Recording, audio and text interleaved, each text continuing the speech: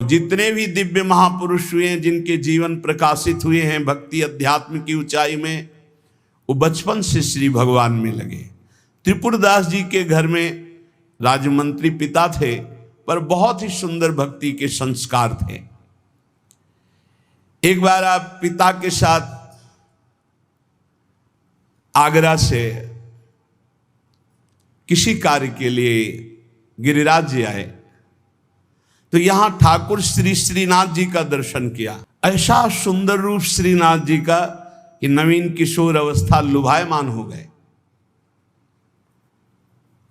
बहुत हट किया, अब मैं नहीं जाऊंगा, इन्हीं के दर्शन करूंगा, इन्हीं के पास रहूंगा। वहां किसी परिचित से कहा, बालक है, हट करता है त्रिपुरदास, इसको हम छोड़ देते हैं 2 4 10 दिन यहां, देखो भगवान का विधान, यहां श्रीनाथ जी के दर्शन करेगा, फिर हम आदमी भेज देंगे, बुला लेंगे।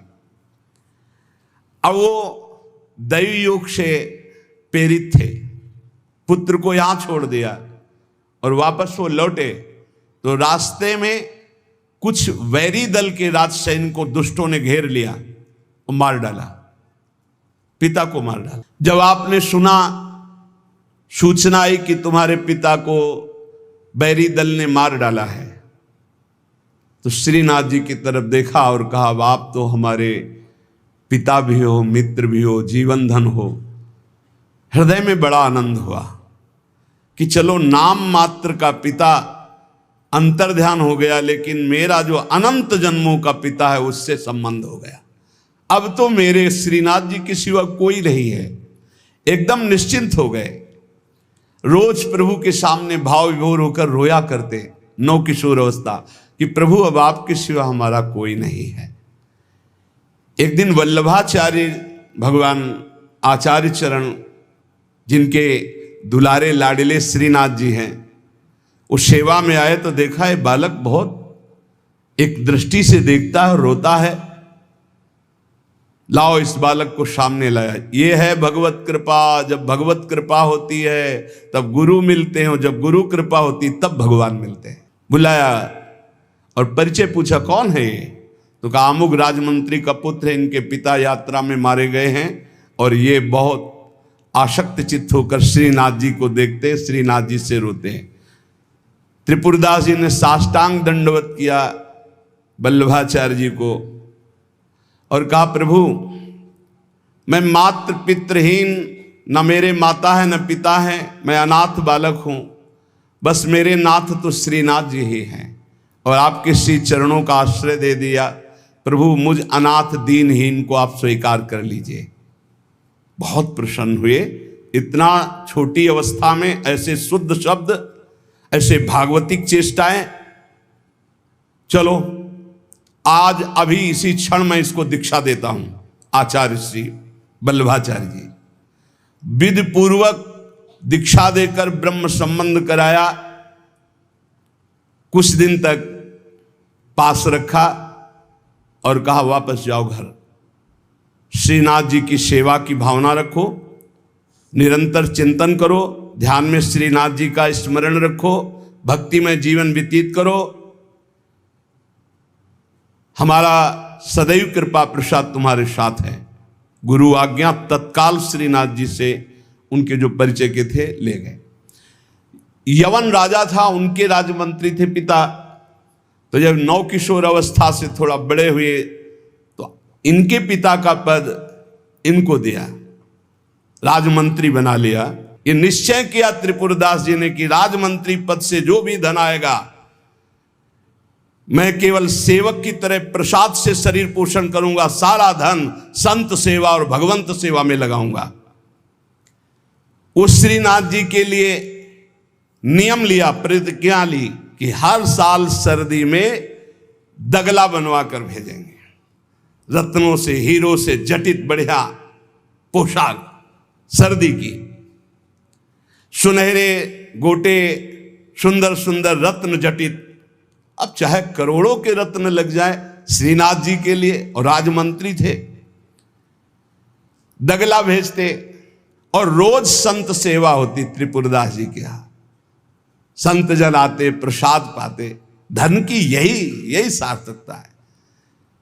जय जयकार हो, भगवान नाम कीर्तन हो, भगवत अनुरागी जन आकर प्रसाद पावे, भगवान की आरती पूजा सेवा। धन्य है वो गृहस्थ, वो धन्य, वो तीर्थ है उसका घर जिसके घर में भगवान की आरती होती, भगवान का नाम कीर्तन होता, आए हुए अतिथियों की सेवा होती है। और श्रीनाथ जी भी बड़े रिजवार ठाकुर, बहुत खुश होकर के, प्रसन्न होकर के वो दगला धारण करते। श्री विठलनाथ जी श्री वल्लभाचार्य जी के पुत्र हैं। वो देखते कि और वस्त्र जब धारण कराते तो ठाकुर जी धारण करते हैं, लेकिन जब त्रिपुरदास जी का दगला धारण कराते तो ठाकुर जी फूल जाते हैं, प्रसन्न हो जाते हैं। भक्त के द्वारा प्रेम से दी हुई वस्तु भगवान बहुत भाव से स्वीकार करते हैं। सब दिन होत ना एक समान। अब यवन बादशाह था, उसके पास द्वेषियों ने सूचना लगा दी कि ये राजमंत्री हैं, आपको पता नहीं है, ये आपके धन का बड़ा दुरुपयोग करते हैं, साधु महात्मा इनके यहाँ खाते रहते हैं और न जाने क्या क्या खूब लुटाते हैं, आपके यहाँ से वैभव चुराया जाता है। और वो राजा यवन, उसकी बुद्धि बदल गई, उसने तत्काल आदेश किया सर्वस्व अपहरण कर लिया जाए, त्रिपुरदास जी का सर्वस्व संपत्ति जब्त कर ली जाए। मतलब पात्र भी घर में नहीं रह गए, सब जब्त कर लिया गया। जहां रोज संत सेवा, ठाकुर सेवा, श्रीनाथ जी के लिए बहुत महंगा पोशाक सर्दी की, सब एक पात्र भी नहीं रहने दिया, सब जब्त कर लिया। खाने पीने तक के लिए नहीं रह गया, सब यवन राज ने जब्त करवा लिया। अब जैसे तैसे बहुत गरीबी से, कष्ट से जीवन यापन होने लगा। अब आए सर्दी की ऋतु। सर्दी की ऋतु में श्रीनाथ जी को दगला भेजते थे, खूब सुंदर सजा करके। यहां सजाने की क्या बात, खाने की भी कोई वस्तु नहीं रह गई थी। ठाकुर जी की सेवा की प्रतिज्ञा की थी कि जब तक जीवन है आपके लिए पोशाक भेजूंगा। अब सर्दी में कैसे पोशाक भेजे, खाने के लिए भी नहीं। बहुत जोर जोर से रोना आया कि हम हर कष्ट सह सकते थे, लेकिन आपकी सेवा, ये जो सर्दी की पोशाक भेजने की थी, अब कैसे होगी आपकी सेवा। और ये सेवा नहीं होगी तो मेरा जीना, क्योंकि मैंने नियम लिया था कि मैं अपने जीवन में जब तक जीऊंगा हर वर्ष आपको सर्दी के समय पोशाक भेजूंगा सर्दी की। आप ठाकुर जी से विनय करने लगे कि मैं सब कष्ट सह सकता हूं, आपकी सेवा छोड़कर नहीं। इतने में देखा, दृष्टि गई तो एक ऊपर दावात रखी थी।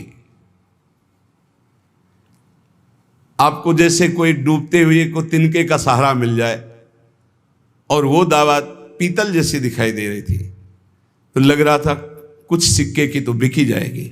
दावत ली, बाजार में बेचने के लिए गए कि अगर ये बिक जाएगी तो थोड़ा भी कपड़ा मिल जाएगा तो नियम की तो पूर्ति हो जाएगी। भगवान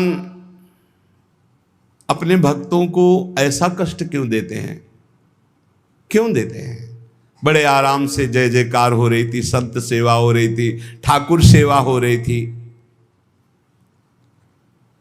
श्री प्रियादास जी कहते हैं, भयो ईश ख्याल, इष्ट देव को ये पसंद है।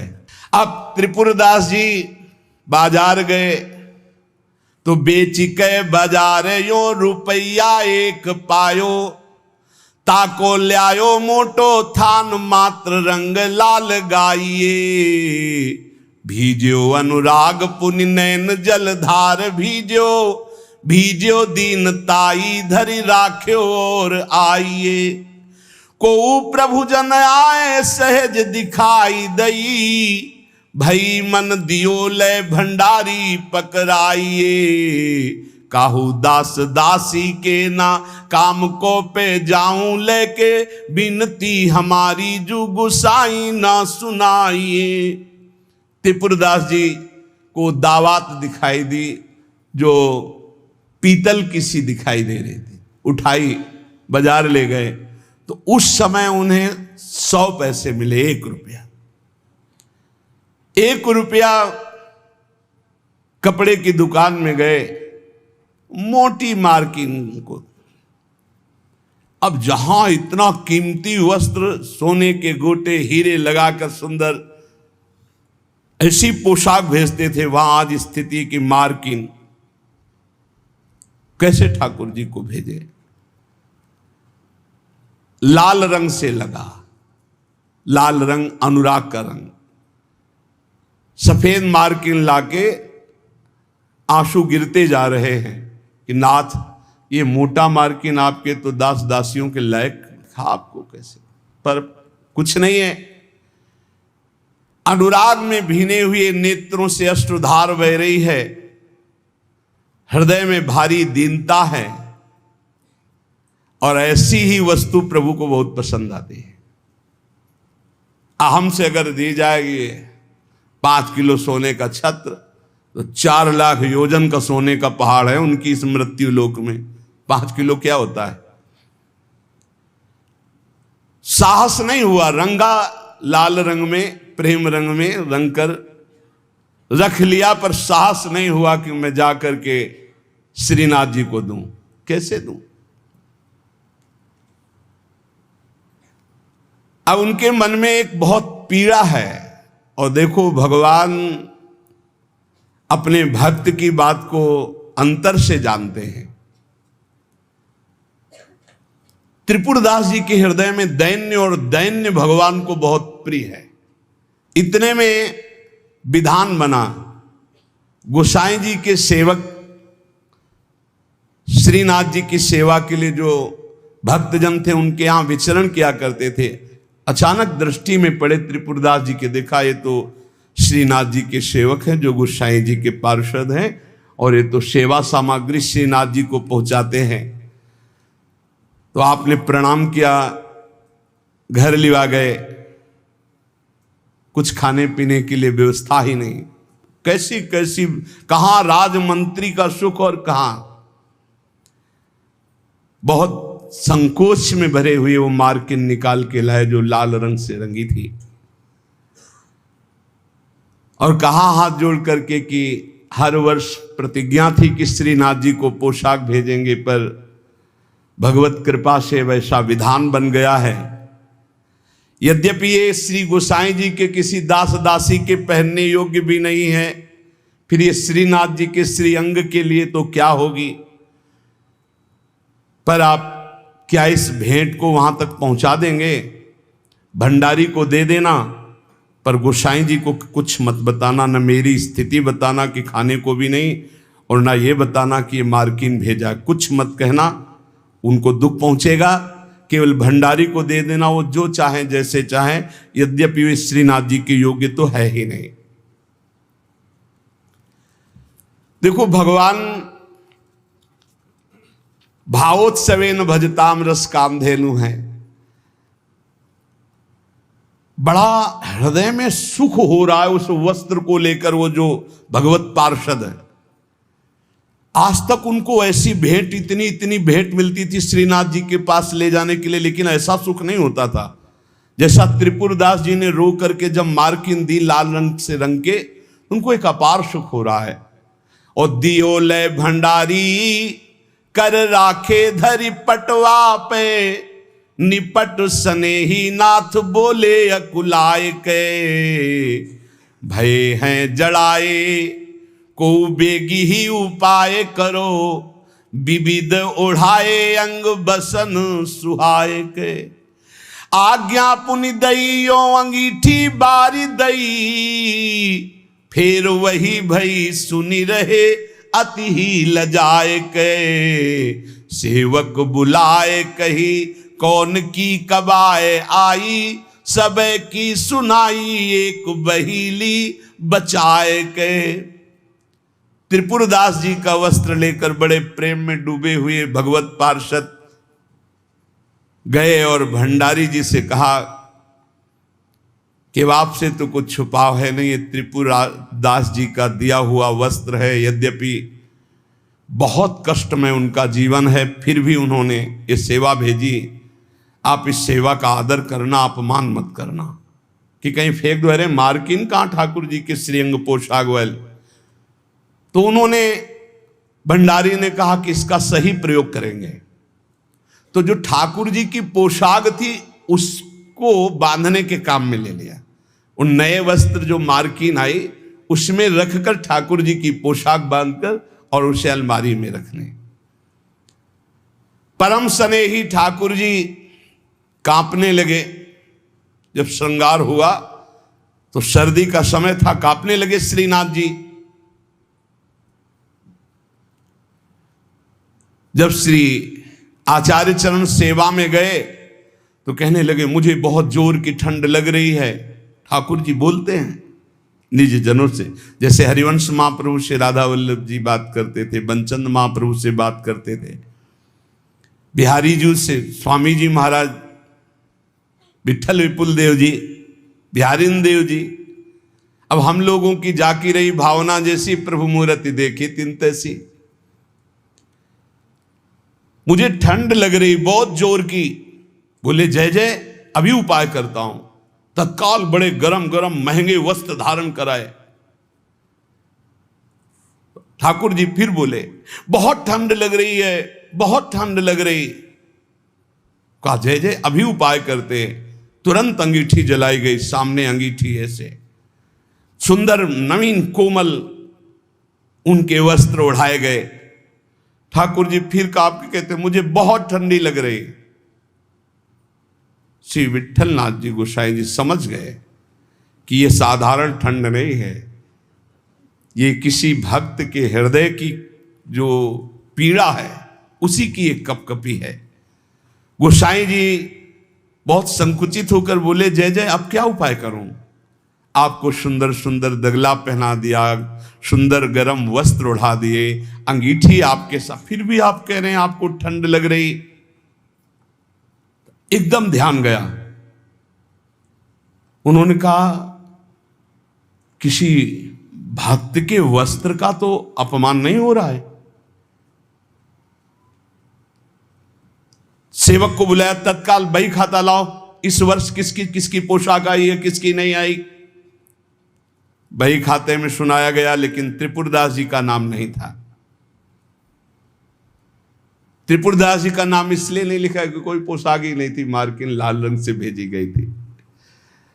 श्रीनाथ जी बड़े स्नेही हैं, बहुत प्यार करने वाले हैं। तो सुनी ना त्रिपुरदास बोले धन नाश भयो, मोटो एक थान आयो राख्यो है बिछाई के, ल्याओ बेगिया ही छिन मन की प्रवीण जानी, ल्यायो दुख मान ब्योति लई सो सिवाय के, अंग पहिराई सुखदाई कापे गाई जात, कही तब बात जाड़ो गयो भरी भाई के, नेह सरसाई ले दिखाई उर आई सबे, ऐसी रसिकाई हृदय राखी है बसाए के।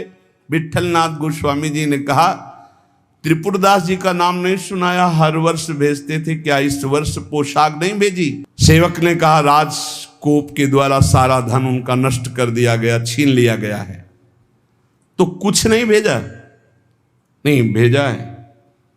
मार्किन भेजी, लाल कपड़े में, लाल रंग में रंग करके कपड़ा आया है। वो ठाकुर जी की पोशाक लायक है नहीं, इसलिए ठाकुर जी की पोशाक रखकर उसमें। गोसाई जी ने कहा अच्छा अच्छा, आप समझ में आया, इसीलिए ठाकुर जी को ठंडी लग रही। अरे जल्दी वो कपड़ा लाओ, जल्दी कपड़ा लाओ। और तत्काल दर्जी को बैठाल कर तत्काल सिलवाया। और ठाकुर जी को जे ही अंग में धारण करा, ठाकुर जी मुस्कुरा दिए और बोले हाँ अब सर्दी दूर हो गई। बड़े रिझवार ठाकुर है। त्रिपुरदास जी का एक नियम था, वो श्रीनाथ जी के चरणामृत का रोज पान करते थे, हमेशा चरणामृत अपने पास रखते थे। बिना जबान में चरणामृत गए वो अन्न जल नहीं रखते थे। एक दिन संयोग की बात, जब आप भोजन करने के लिए गए तो जो श्रीनाथ जी के चरणामृत का पात्र था, वो जो चरणामृत मांगते थे मिल जाता था, सेवक देते थे। बोले आज तो चरणामृत खत्म हो गया। आपने कहा पहले क्यों नहीं बताया?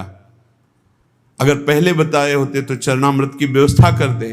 तो उन्होंने कहा मैं दरबार जा रहा हूं, तुम लोग श्री ठाकुर जी को भोग लगाकर प्रसाद पा लेना, अब मेरी प्रतीक्षा मत करना, क्योंकि जब तक चरणामृत नहीं तो मैं ठाकुर जी का प्रसाद भी नहीं पाऊंगा। मन में निश्चय किया कि यदि चरणामृत श्रीनाथ जी का नहीं मिला तो चाहे प्राण निकल जाए कभी कुछ जबान पे नहीं रखूंगा। चरणामृत के बिना मेरा जीवन किस काम का। रसोईया अपने कार्य में लग गया। इतने में स्वयं श्रीनाथ जी 10 वर्ष के बालक का रूप रहकर पात्र में चरणामृत अपना जतिपुरा से ले गए। वहां पहुंचे और कहा सुनो, ये 3 पात्र रखे हैं, त्रिपुरदास जी को बता देना, इसमें श्रीनाथ जी का चरणामृत, इसमें महाप्रभु वल्लभाचार्य जी का चरणामृत, और ये तीसरे पात्र में श्रीनाथ जी का उच्छिष्टामृत, उनको बुला लो और पवाओ। और ये तीनों थैलियां भेजी गए। बालक ऐसा कह के चला गया। त्रिपुरदास जी को बुलाने के लिए गए। त्रिपुरदास जी दरबार में थे, एकांत में आए और उनका मैंने कहा था कि बिना चरणामृत के हम प्रसाद नहीं पाते, क्यों हमको तंग कर रहे हो? बोले नहीं, चरणामृत तो आपकी ही बात पहुंच गई है तो वहां से चरणामृत भेजा गया है। बोले कौन बालक चरणामृत लाया? बोले जय जय ने भेजा होगा। तो कितनी अवस्था था? 10-12 वर्ष की अवस्था। तो कहा अरे बालक नहीं था, साक्षात श्रीनाथ जी थे, साक्षात श्रीनाथ जी थे। जे ही अलौकिक चरणामृत का स्वाद। स्वयं श्रीनाथ जी ने अपना चरणामृत उतार, वल्लभाचार्य जी का चरणामृत और अपना उच्छिष्टामृत। जो साधक, जो भक्त निष्ठावान होते हैं तो ठाकुर जी उनकी निष्ठा की पूर्ति करते हैं।